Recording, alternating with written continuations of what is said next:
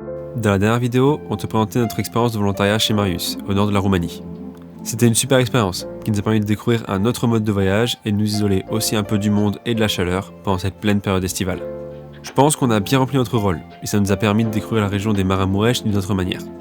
On avait prévu de rester plus que 3 semaines, mais la suite de notre été a été un peu particulier. Laisse-moi t'expliquer un peu plus la suite de notre aventure. Et bienvenue dans cette nouvelle vidéo. Alors déjà, par où commencer pour se remettre un petit peu à jour?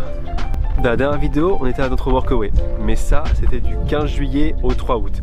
En fait, à la base, le workaway devait durer plus longtemps, mais on a dû rentrer en France pendant 3 semaines à partir du 4 août pour des raisons familiales. Et du coup, on est revenu en Roumanie le 26 août et on a retrouvé Rémi le 27. Il est là.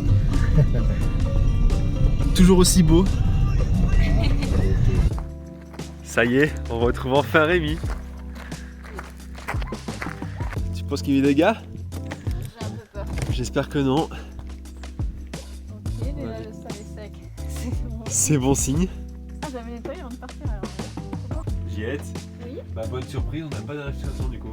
Ouais, et pas de bêtes cheloues qui ont envahi Rémi. Et pas de bête chelou, donc on le retrouve plutôt en bon état Rémi. Et Ouais. ça c'est cool. Bon ça y est, Rémi chauffe, on est prêt à reprendre la route. Mais une fois n'est pas coutume, la Roumanie nous accueille bien.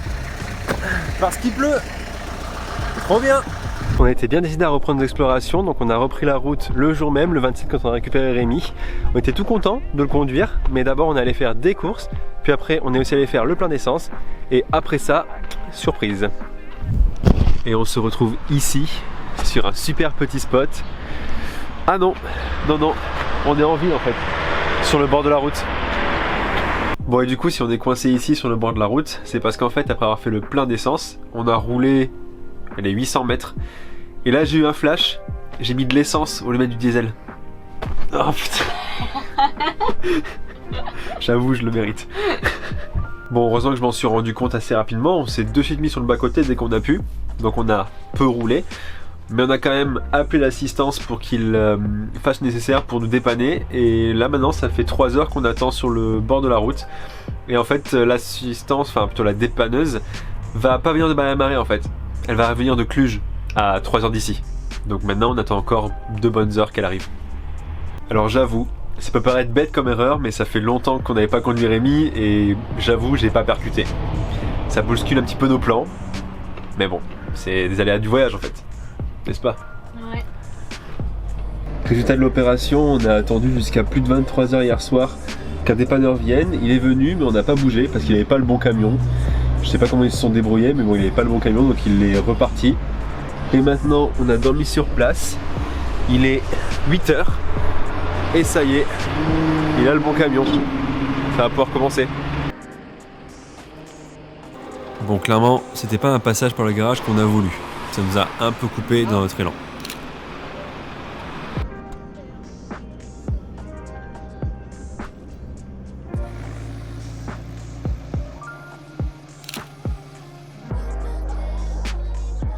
Mais on a eu de la chance, parce que la vidange de l'essence a été assez rapide.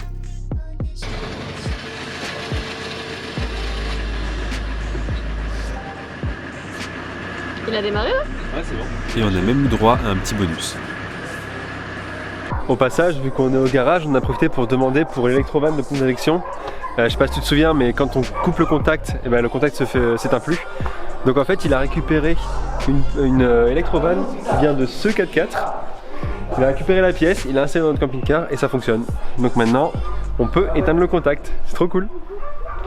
Bon, une fois la vidange du réservoir et du circuit faite, on a fini par partir de ce garage, de faire un vrai plein de diesel et d'enfin reprendre la route. Et franchement, ça fait longtemps qu'on n'avait pas conduit Rémi et je dois dire que c'était une sensation qui m'a un petit peu manqué.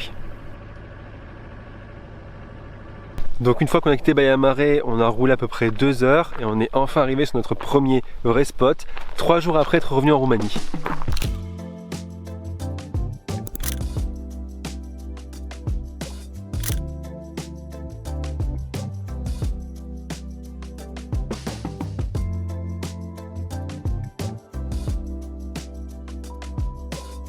On s'est installé sur ce spot dans l'idée de préparer la suite de notre voyage, mais on a rapidement appris une mauvaise nouvelle qui a impliqué un nouveau retour en France pour plusieurs jours. Donc on peut dire qu'on n'a pas été super épargné cet été. On a peu roulé en Roumanie, mais bon, ça y est, nous voilà à nouveau sur la route. On aurait bien voulu rester un peu plus en Roumanie pour découvrir ce pays, mais on a l'impression que c'est pas le bon moment pour nous. Là, tout ce qu'on veut, c'est de repartir, de changer de pays pour repartir un petit peu sur des basses-scènes, prendre un nouveau bol d'air, on va dire. Donc la Roumanie, on verra plus tard. Là maintenant, on va en direction de la Turquie. Et sur notre chemin en direction de la frontière, on a trouvé un spot qui semble enfin être un vrai spot où se poser pour passer la nuit.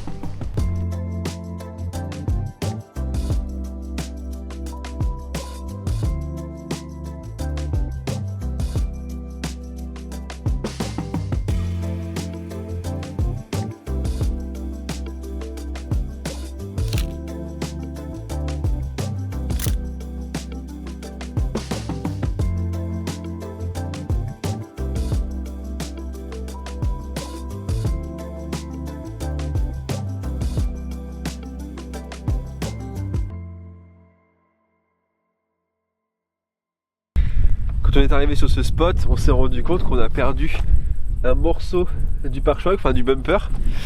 Et on peut soit l'avoir perdu sur la route, mais j'ai eu un flash cette nuit et peut-être qu'on l'a perdu un peu plus haut sur le chemin. Donc je vais aller voir ça, on part à la recherche du bumper perdu. Logiquement, on est censé l'avoir perdu par là, parce qu'il y a pas mal de hautes herbes ici. Et en fait, on a fait demi-tour parce que le chemin était trop compliqué à descendre. On a reculé et j'ai mis le cul du camping-car dans les hautes herbes. Du coup, il est peut-être par ici. Oh putain, il est là. Quelle bonne intuition, Wilfried. Trop content, on n'aura pas à racheter une nouvelle pièce. Ça, c'est cool.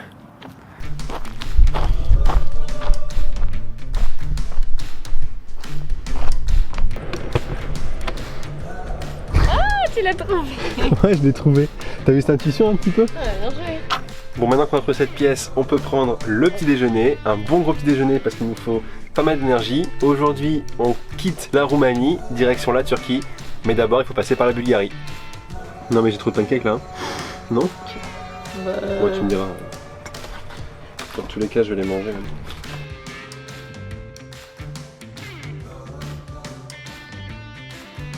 Mais avant de partir, il faut que je resserre le câble d'embrayage parce que parfois les vitesses passent plus. Notre embrayage est quasiment fini, je pense.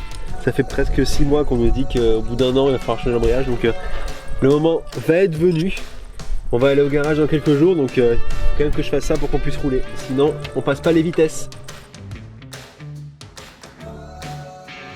Et voilà, c'est resserré. Ça fera quelques centaines de kilomètres de plus.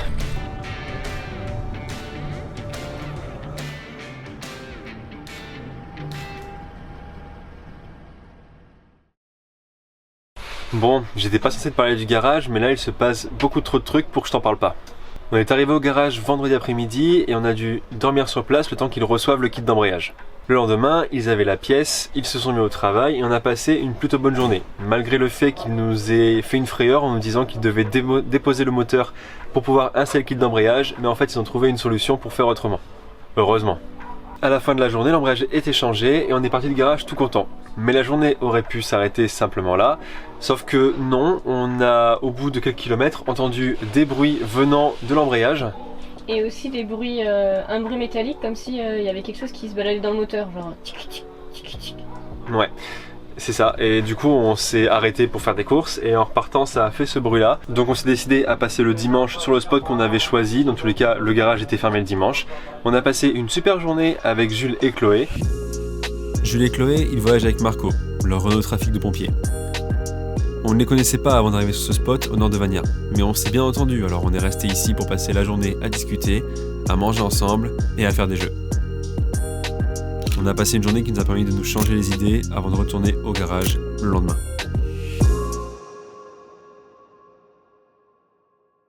Et le lendemain, on est revenu au garage. Et là, tout a changé, on nous a à peine calculé. On a fini par comprendre que le bruit pourrait provenir du fait que la courroie alternateur avait cassé. En effet, il n'y avait plus de courroie au niveau de l'alternateur. Sûrement qu'elle a cassé après qu'il l'ait trop retendu. Mais ça, il ne voulait pas l'entendre. Enfin bref, on a convenu d'acheter une nouvelle courroie. On a attendu du coup 11h, midi, 13h, jusqu'à 16h d'avoir des infos. En fait, ils n'avaient pas du tout commandé la courroie, l'info n'était pas passée entre le garagiste et le boss qui est censé commander les pièces. Et pourtant, c'est pas faute d'avoir posé plein de questions entre 11h et 16h. Donc au bout de encore 2 heures de galère, on a réussi à enfin avoir les courroies, sauf qu'ils nous ont annoncé qu'ils ne pourraient pas les installer le jour même, il faudrait être là le lendemain, parce qu'en plus, je pense qu'ils ont été malins, ils ont démonté nos courroies donc on ne pouvait pas bouger. Nous voilà donc aujourd'hui, mardi matin, à attendre pour l'installation de nos courroies. Sauf que non en fait, parce que dans leur emploi du temps, ils ont prévu de faire d'autres véhicules avant, donc on doit attendre que ce soit fait, alors que installer des courroies, logiquement ça prend une trentaine de minutes. Donc tout ce temps perdu pour seulement 4 courroies.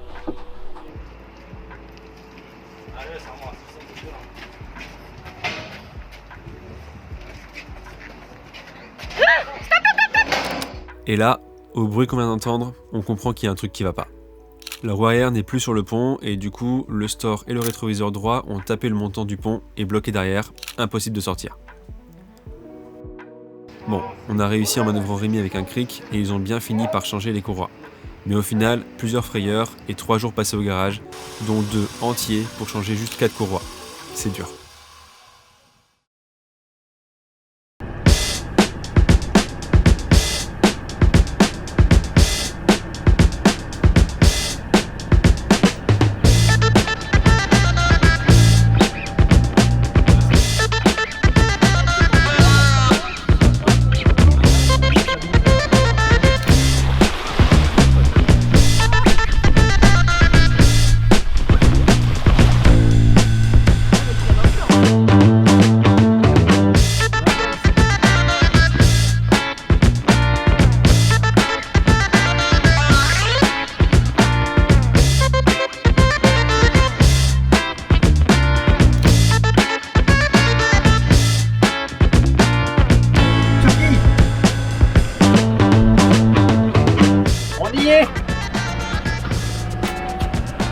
Premier kilomètre en Turquie, premier kilomètre hors de l'Europe pour Rémi.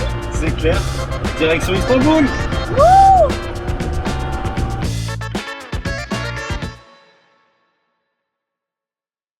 Alors, on dirait pas comme ça, mais on est arrivé en Turquie. Hier, on s'est arrêté à la ville la plus proche après la frontière et on a très vite aimé l'ambiance, ça nous a rappelé très fort le Vietnam. Donc je pense que la Turquie, ça promet d'être cool. Maintenant qu'on est dans ce pays, on peut dire qu'un nouveau voyage commence parce qu'on compte passer pas mal de temps en Turquie et aujourd'hui, on fonce à Istanbul. On retrouve Tiffany et Mathieu pour le week-end et en fin de semaine prochaine, on a des amis qui viennent nous voir directement depuis la France. Donc on va passer au moins 2 bonnes semaines dans cette ville, mais ça, ce sera le sujet de la prochaine vidéo. Sur ce, j'espère que cette vidéo t'a plu. Si c'est le cas, n'hésite pas à me le faire savoir. Et moi, je te donne rendez-vous dans une prochaine vidéo pour découvrir Istanbul. Gulé gulé!